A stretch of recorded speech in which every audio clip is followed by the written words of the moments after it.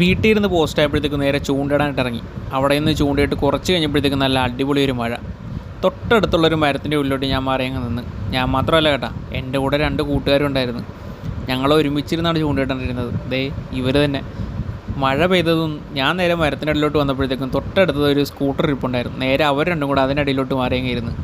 ഞാനാണെങ്കിൽ ഇന്ന് കപ്പയും മൈദയും ഇട്ടാണ് മീൻ പിടിക്കാണ്ടിറങ്ങിയത്. പക്ഷെ മഴ പെയ്യുന്നതുകൊണ്ട് ഒരു രക്ഷയില്ല, മീനാണ് അടിക്കുന്നുമില്ല. എന്തായാലും കുറച്ച് നേരം അവിടെ ഇരുന്ന് നമ്മൾ കുറച്ച് മീൻ പിടിച്ചായിരുന്നു. അത് ചാകാതിരിക്കാൻ വേണ്ടി നമ്മളൊരു കൊല്ലിക്കതാക്കി വെള്ളത്തിലോട്ട് ഇട്ട് വെച്ചിരിക്കുകയായിരുന്നു. അതെ, അത്യാവശ്യം കുറച്ച് മീൻ നമുക്ക് കിട്ടിയിട്ടുണ്ട്. 1-2 കരിമീനും ബാക്കി കുറച്ച് പള്ളത്തി, പരലി അങ്ങനെയുള്ള എല്ലാം കൂടെ മിക്സ് ചെയ്താണ് ഇന്ന് നമ്മൾ പിടിച്ചേക്കുന്നത്. എന്തായാലും മഴ മാറുമെങ്കിൽ ബാക്കി മീനെ കൂടെ പിടിക്കാമെന്ന് ഓർത്ത് നമ്മൾ അവനെ അങ്ങോട്ട് വെള്ളത്തിലോട്ട് തന്നെ ഇട്ടിട്ട് വെയിറ്റിംഗ് ആണ് ഇവിടെ. പിന്നെ ഇവിടെ നിൽക്കാനും നല്ല രസമാണ്, ഈ കാഴ്ചയൊക്കെ കണ്ടിട്ടുണ്ട്.